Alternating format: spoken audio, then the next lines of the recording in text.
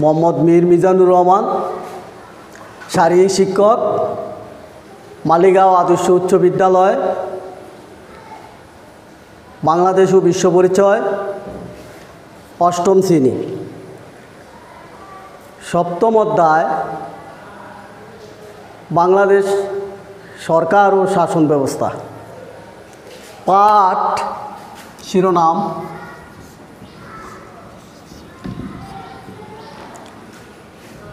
বাংলাদেশ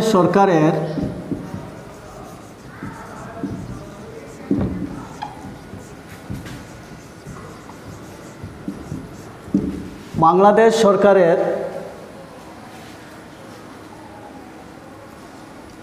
বিভিন্ন অঙ্গ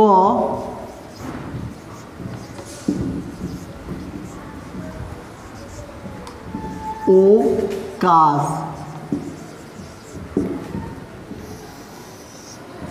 প্রিয় শিক্ষার্থীবৃন্দ, পাঠ শিরোনাম হলো বাংলাদেশ সরকারের বিভিন্ন অঙ্গ ও কাজ।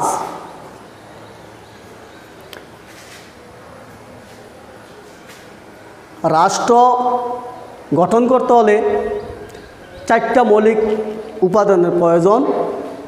এই চারটা মৌলিক উপাদানের মাধ্যমে রাষ্ট্র গঠিত হয়। 1 নম্বরে নির্দিষ্ট ভূখণ্ড, 2 নির্দিষ্ট জনসংখ্যা, 3 সরকার, 4 সার্বভৌমত্ব। সরকার হলো রাষ্ট্রের অপরিহার্য উপাদান। সরকার ছাড়া রাষ্ট্র চলতে পারে না। ইঞ্জিন ছাড়া যেমন জাহাজ চলতে পারে না, সরকার ছাড়া রাষ্ট্র চলতে পারে না। এই জন্য সরকারকে রাষ্ট্রের চালিকা শক্তি বলা হয়। প্রিয় শিক্ষার্থীবৃন্দ, সরকার বিভিন্ন ধরনের কাজ করে থাকে, রাষ্ট্রের বিভিন্ন ধরনের কাজ করে থাকে। যেমন নাগরিক হিসাবে নাগরিকদের অধিকার এবং সুরক্ষার জন্য তাদের শিক্ষা ব্যবস্থা, খাদ্য, নিরাপত্তা ব্যবস্থা করে থাকে। তাদের সুরক্ষার জন্য আইন প্রণয়ন করে থাকে সরকার। কেহ যদি এই আইন অমান্য করে তাহলে তার শাসন ব্যবস্থাও করে সরকার।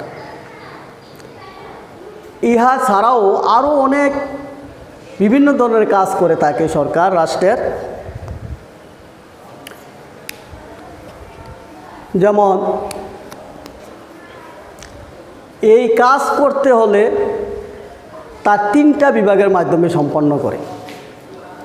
রাষ্ট্রের কাজ সরকার সম্পন্ন করে 3টা বিভাগের মাধ্যমে। আমরা এবার চিত্রের সাহায্যে বুঝাবো 3টা বিভাগ কি। যেমন বাংলাদেশ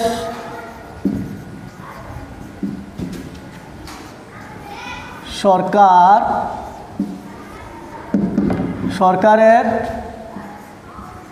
বিভিন্ন অঙ্গ।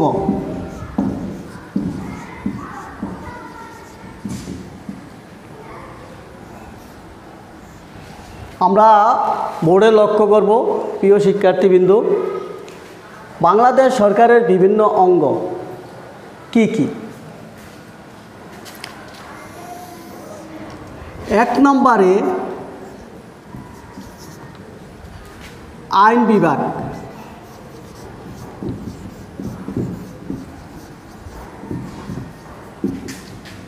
2 নম্বরে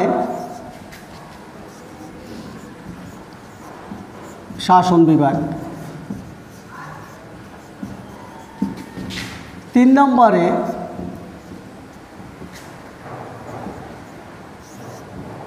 বিচার বিভাগ।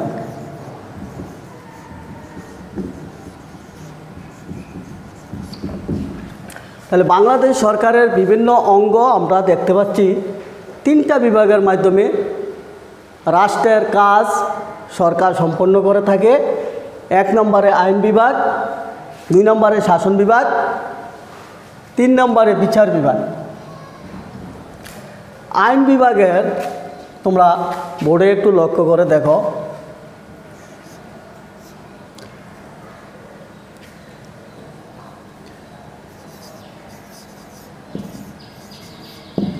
জাতীয় সংসদ,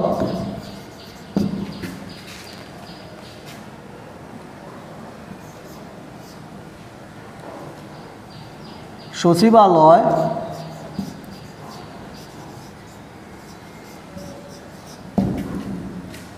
তিন নম্বরে হলো সুপ্রিম কোর্ট।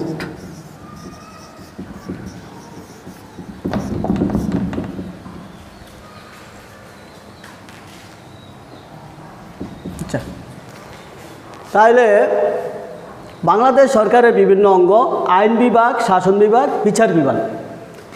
আইন বিভাগের আওতায় জাতীয় সংসদ ভবন, শাসন বিভাগের আওতায় আছে সচিবালয়, আর বিচার বিভাগের আওতায় আছে সুপ্রিম কোর্ট। জাতীয় সংসদ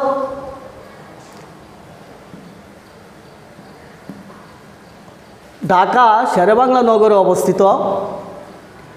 এই জাতীয় সংসদের রাষ্ট্রের বিভিন্ন নির্বাচনী এলাকা থেকে নাগরিকদের প্রত্যক্ষ ভোটে নির্বাচিত হয়ে এই জাতীয় সংসদে যে তারা আইন প্রণয়ন করে অথবা পরিবর্তন করে জনমত প্রকাশ করে। আর শাসন বিভাগের সচিবালয় আইন বিভাগের যে কাজগুলি আইন প্রণয়ন করে, শাসন বিভাগ সচিবালয় থেকে তারা শাসন কার্য পরিচালনা করে। আর সুপ্রিম কোর্ট, আমরা 3 নম্বর যেই চিত্রটা দেখলাম সেটা হলো সুপ্রিম কোর্ট। সুপ্রিম কোর্ট হলো বিচার বিভাগের সর্বোচ্চ স্তর, সুপ্রিম কোর্ট। আমরা এবার বাংলাদেশ সরকারের বিভিন্ন অঙ্গ ও কাজ বর্ণনা করব, সংক্ষেপে বর্ণনা করব। প্রিয় শিক্ষার্থীবৃন্দু, আমি প্রথমেই আইন বিভাগের আলোচনা করব, আইন বিভাগ সম্বন্ধে আলোচনা করব। আইন বিভাগের আওতায় হলো জাতীয় সংসদ। এটি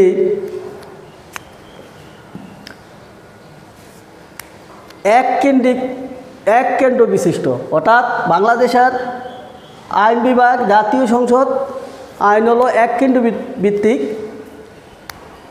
এর নাম জাতীয় সংসদ। 350 জন সদস্য নিয়ে এই আইন বিভাগ গঠিত। 350 জন সদস্যের মধ্যে 300 জন হলো রাষ্ট্রের বিভিন্ন নির্বাচনী এলাকা থেকে নাগরিকদের প্রত্যক্ষ ভোটে নির্বাচিত হয়ে তারা জাতীয় সংসদে অধিবেশন করেন। এই 350 জন সদস্য ছাড়াও আরও 50 জন সদস্য আছে সংরক্ষিত মহিলা আসন। এই সংরক্ষিত মহিলা আসন নির্বাচিত 300 সদস্যের মাধ্যমে, ভোটের মাধ্যমে 50 জন সংরক্ষিত মহিলা আসন নির্বাচিত হয়ে থাকে। অর্থাৎ তারা 50 জন মহিলা আসন পরোক্ষভাবে নির্বাচিত হয়ে থাকে। জাতীয় সংসদের একজন মেয়াদ হলো 5 বছর। জাতীয় সংসদের মেয়াদ হলো 5 বছর। একজন স্পিকার, একজন ডেপুটি স্পিকার নিযুক্ত থাকে। তারা জাতীয় সংসদের অধিবেশন চলাকালীন সকল কাজ সম্পন্ন করে। ডেপুটি স্পিকার স্পিকারকে সহযোগিতা করে। স্পিকারের অবর্তমানে জাতীয় সংসদের অধিবেশন বসলে ডেপুটি স্পিকার সভাপতিত্ব করেন। তারা দুইজনই, স্পিকার এবং ডেপুটি স্পিকার দুইজনই জাতীয় সংসদের নির্বাচিত সদস্যদের বোর্ডে নির্বাচিত হন। এইগুলো জাতীয় আইন বিভাগের গঠন। আইন বিভাগের কাজ হলো তারা জাতীয় সংসদে দিয়ে তারা বিশেষ করে একটা রাষ্ট্রের আইন প্রণয়ন করে এবং আইন পরিবর্তন করে, জনমত প্রকাশ করে এবং জাতীয় সংসদ হলো রাষ্ট্রের তারা জাতীয় তহবিলের অভিভাবক হিসাবেও তারা পালন করে এবং সরকারের প্রিয় শিক্ষার্থীবৃন্দু সরকারের আয় ব্যয় নিয়ন্ত্রণ করে জাতীয় সংসদ। একটা সরকারের বাজেট প্রণয়ন করে, কর ধার্য করে। এ হলো আমরা যা পেলাম যে আইন বিভাগের অঙ্গ, আইন বিভাগের গঠন ও আইন বিভাগের কাজ। প্রিয় শিক্ষার্থীবৃন্দু, আমরা আবার লক্ষ্য করব 2 নম্বর শাসন বিভাগ। শাসন বিভাগের আওতায় আছে সচিবালয়। শাসন বিভাগ শাসন কার্য পরিচালনা করে। একটা রাষ্ট্রের যত শাসন কাজ আছে, শাসন কার্যাবলী আছে, শাসন বিভাগে সচিবালয়ে যে তারা শাসন কার্য পরিচালনা করে।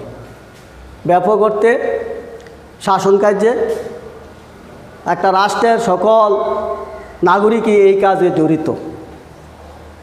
যেমন রাষ্ট্রপ্রধান থেকে শুরু করে গ্রামের চৌকিদার পর্যন্ত সবাই এই কাজে নিয়োজিত। প্রকৃতপক্ষে শাসন কার্য জড়িত আছে রাষ্ট্রপ্রধান, সরকার প্রধান, মন্ত্রিপরিষদ ও প্রশাসনিক কর্মকর্তা এই কাজে জড়িত। তারা শাসন কার্য পরিচালনা করে। একটা রাষ্ট্রের আইন অনুযায়ী, সংবিধান অনুযায়ী তারা রাষ্ট্রের শাসন কার্য পরিচালনা করে। কেউ যদি আইন অমান্য করে, তাদের সংবিধান অনুযায়ী, আইন অনুযায়ী তাদের শাসন কার্য পরিচালনা করে এবং একটা রাষ্ট্রের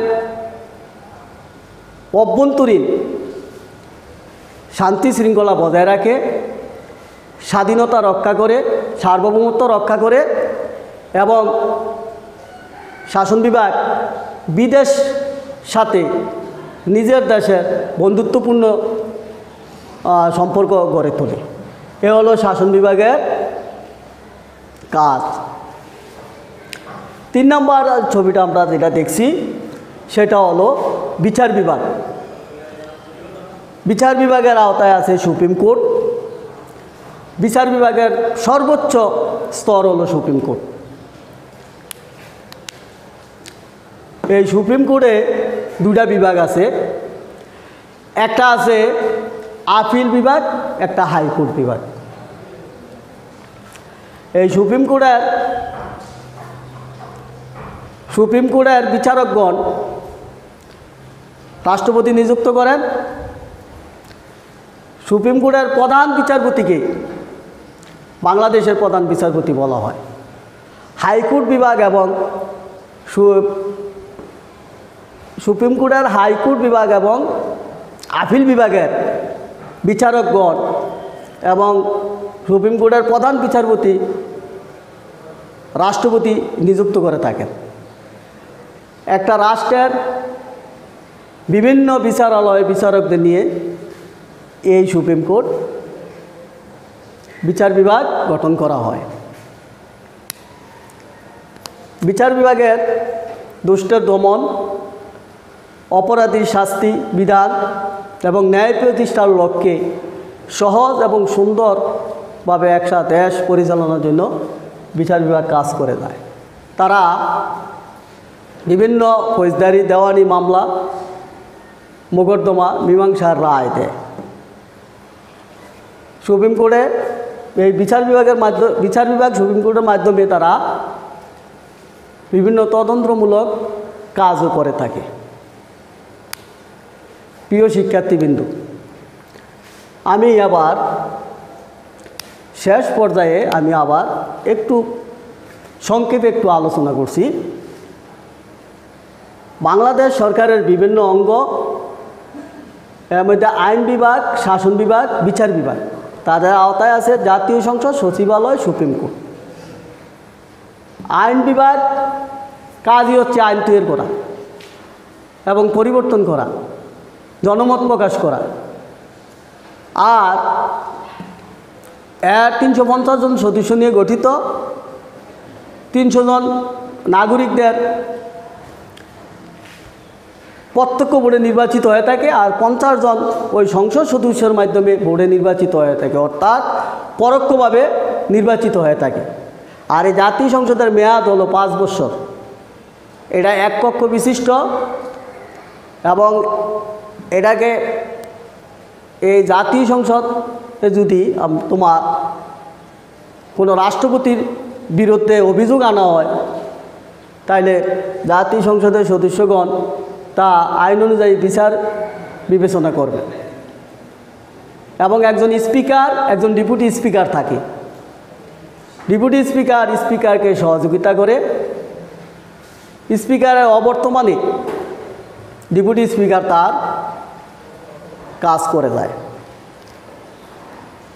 এবং এই আইন বিভাগের কাজ হলই আইন তৈরি করা, জনমত প্রকাশ করা, আর একটা রাষ্ট্রের আয় ব্যয় নিয়ন্ত্রণ করা,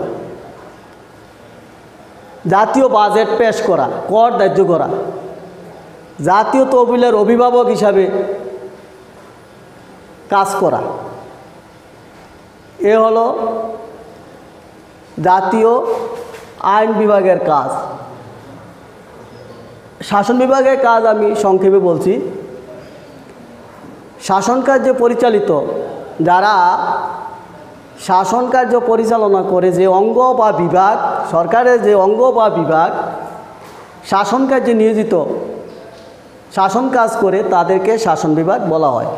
তার আওতায় আছে সচিবালয়। তারা আইন অনুযায়ী, সংবিধান অনুযায়ী শাসন করে থাকে।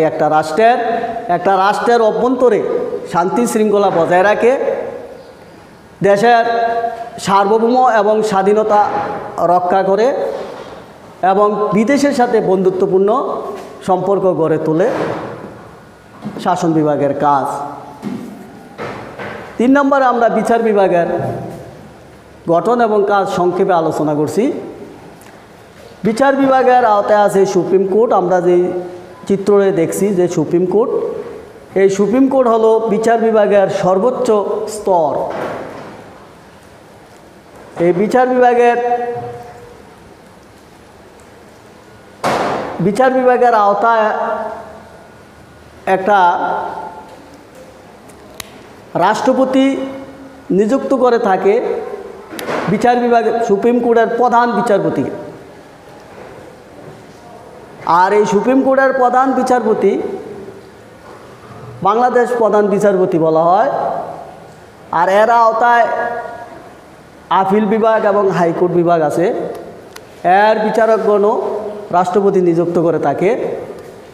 আর এই সুপ্রিম কোর্টের বিচারপতি রাষ্ট্রের বিভিন্ন বিচারকদের নিয়ে গঠন করা হয়। দুষ্কৃতি দমন, অপরাধী শাস্তি বিধান, ন্যায় প্রতিষ্ঠার লক্ষ্যে সহজ এবং সুন্দর একটা রাষ্ট্রে গঠন করতে সহযোগিতা করে বিচার বিভাগ। এছাড়া বিচার বিভাগ আরও কাজ করে থাকে, তদন্তমূলক কাজ করে থাকে এবং ফৌজদারি দেওয়ানি মামলা মীমাংসার রায় দেয়। প্রিয় শিক্ষার্থীবৃন্দু, আমরা এই আইন বিভাগ এবং শাসন বিভাগ, বিচার বিভাগের বিভিন্ন গঠন এবং কাজগুলি বর্ণনা করলাম। আমরা এতক্ষণ যা বর্ণনা করলাম, এইভাবে বলা যায় যে শেষ পর্যায়ে বলা যায় যে প্রত্যেকটা বিভাগের কাজ নিজস্ব আছে। এটা হলো সরকারের কাজ বা গঠন, সরকার গঠন। আর প্রত্যেকটা বিভাগের কাজ হলো সরকারের কাজ। অর্থাৎ আমি আবার বলছি যে প্রত্যেকটা বিভাগের যেভাবে গঠন করা হয়, যারা নিয়োজিত আছে তারা হলো সরকারের কাজ করে যাচ্ছে, সরকার গঠন করছে, তারা সরকারি লোক, এবং যে কাজগুলি করে যাচ্ছে তারা এটা হলো সরকারি কাজ। ধন্যবাদ।